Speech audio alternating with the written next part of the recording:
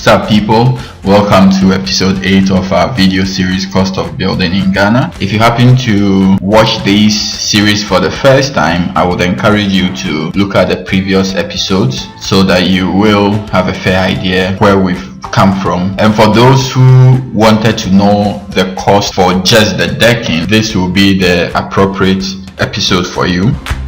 So in this episode, we will be looking at the decking of the 2-bedroom site. That's the first floor decking. The block work and the pillars were already part of episode 4, I believe. So you will notice in that episode, the total cost was a little bit high, almost to $20,000. That was about 100,000 Ghana cedis. So for this, once the pillars and the block work were done, we went ahead with the carpentry.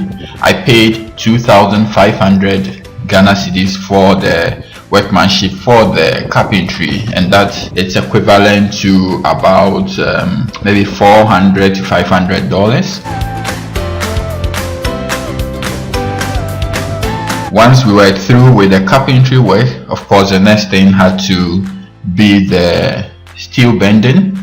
That's the reinforcement for the decking, and for that I think I paid 2,500 or 3,000 Ghana cedis, which is also about $400 to $500. You will notice, if you've been following the video series, that we completed the 3-bedroom site, and it wasn't for any special reason. It was just a decision on our part, as you may have noticed in the previous videos.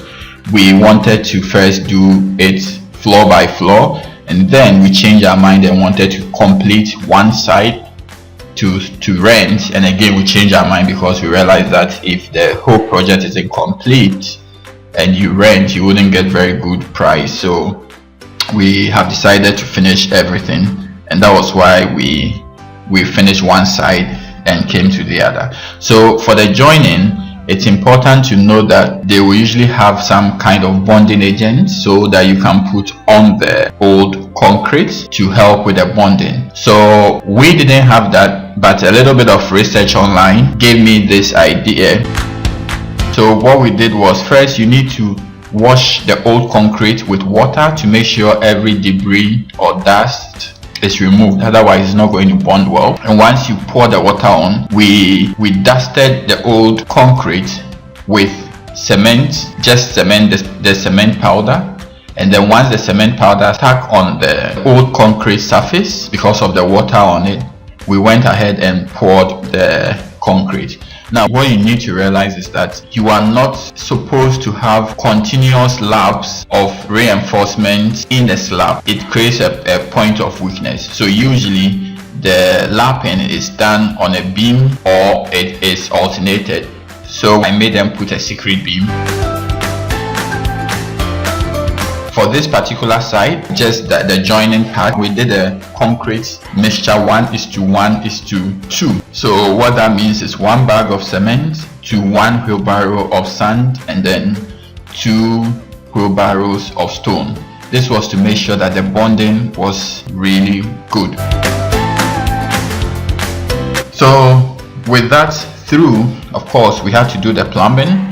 So as you can see, the 2 bedrooms, we had the 4 inches for the toilet, and then we had 2 inches for the drains, and of course when it gets to the wall, that becomes 3 inches, as we have already discussed in the previous episode. With that out of the way, we went ahead with the casting. We rented a concrete mixer. I think it was either 300 or 270.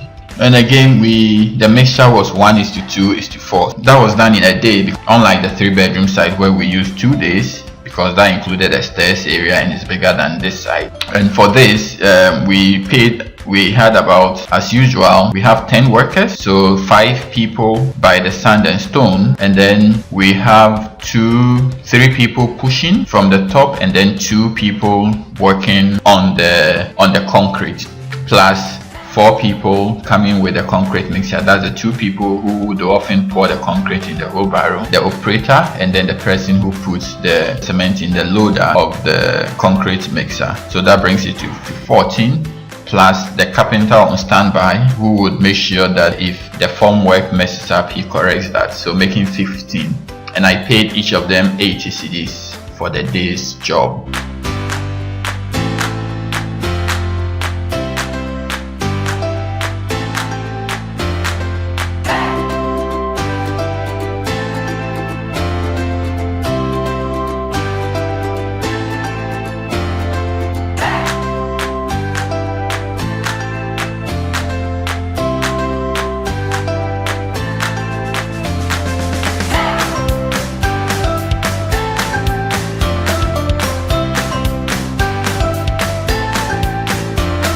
Alright, so let's look at the total cost for the slab for the first floor. For those really interested in the cost for per slab, just pay attention at this point.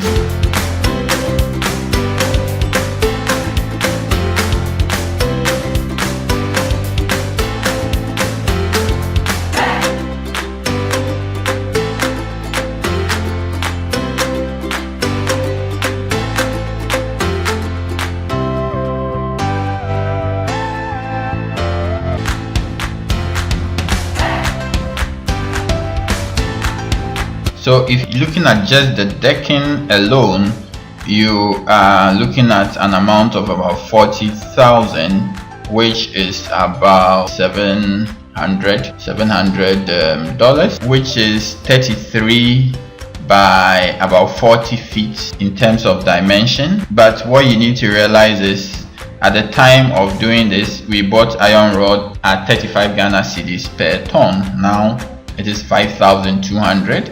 And then cement is now 41 or 42 cedis. So note that prices have gone up. So technically, I think if you estimate about 50,000, you possibly should be able to do it.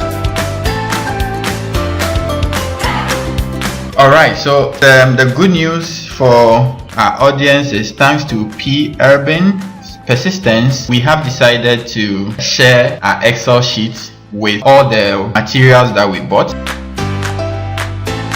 So he kept pushing and his persistence paid off. He managed to pull one more string. We happened to have a church in common, which he capitalized on and got me to filter out all the workmanship with the names. So you should say thank you to him. So for those who requested it earlier and I declined, just drop me an email and then I will forward the file to you. It's not going to be immediate, it will definitely have to be a Sunday. Alright, so let's move straight to the bonus discussion. As you may have noticed, some of the topics that we have discussed over the period in our bonus discussion session are based on questions and comments that we get from you. So feel free to post them, and if we feel it is something that may be useful to others, we capture it under the bonus discussion.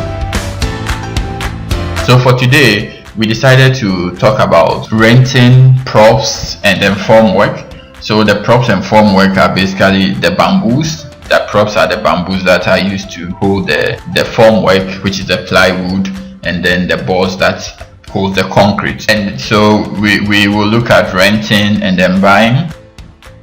So the first thing is, no matter what, don't rent bamboo props. The point is, if you rent the bamboos, sometimes bamboos usually you get insects eating it from within. So you may think it looks strong by looking at the outside, but what will happen is, once you have it under your formwork, when you are pouring the concrete, you may notice a bit of a break, and this wouldn't be pleasant. It's very dangerous. Your formwork could collapse, and the concrete and the rods and the workers may all just go down in a ditch, and you wouldn't want to have that. So it used to be 3 cedis, at least the last time I bought, and it's not something so expensive that you would risk to actually go rent and cause problems to your projects and to your workers. However, when it comes to the formwork, the plywood, it's okay to rent, and I'll give you the advantages and disadvantages of renting or buying.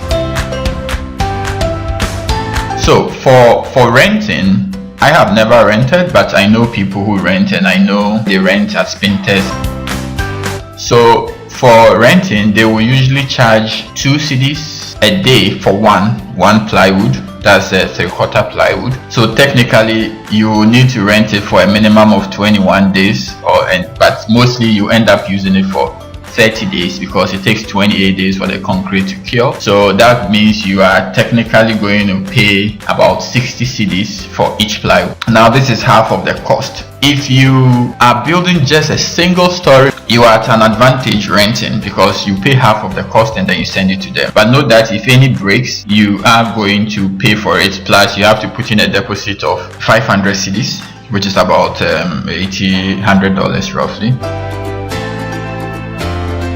Now if you need to cut some of them because of the corners, they usually have some boards they sell at half the price that you can actually cut. These are old boards that they had, so they'll sell it to you, I think, at 60 cedis. Then you can cut and use at the side. My advice for those who would want to rent is to use the rented ones, the full bolts in the middle, and then use the cut ones at the corners. The reason is it's usually more difficult for the carpenters to remove the bolts at the corners. So if you use the full ones, you may end up breaking them, and that would cost you money.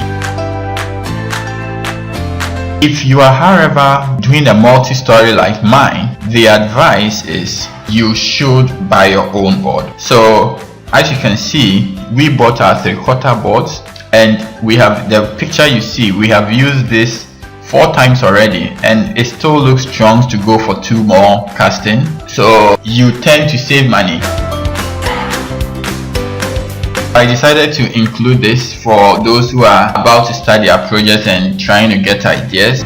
From the emails, some of you indicated that you wanted to do a similar project like we are doing. So I got this from a colleague last week to critique. We have been going back and forth on this. So eventually this was a concept that came from the architect, and he sent it to me, so I decided to share it with you, of course with his permission. So in case you like the concept and you want to do something similar for 3 stories, just go ahead, share it with your architect, and then he probably will do that for you.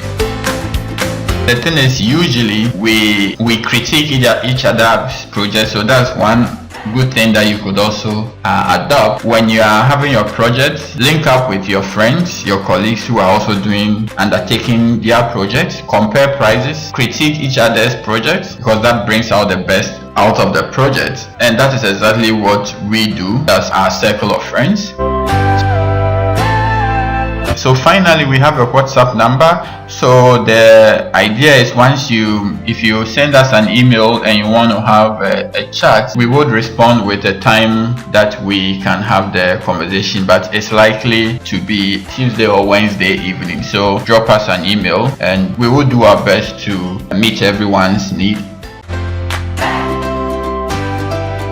So that is it for this episode. Feel free to post all your questions in the comment section below. No, we certainly do answer all questions on Sundays. Thank you for watching. So watch out for the next episode and see you in a bit. Enjoy, people.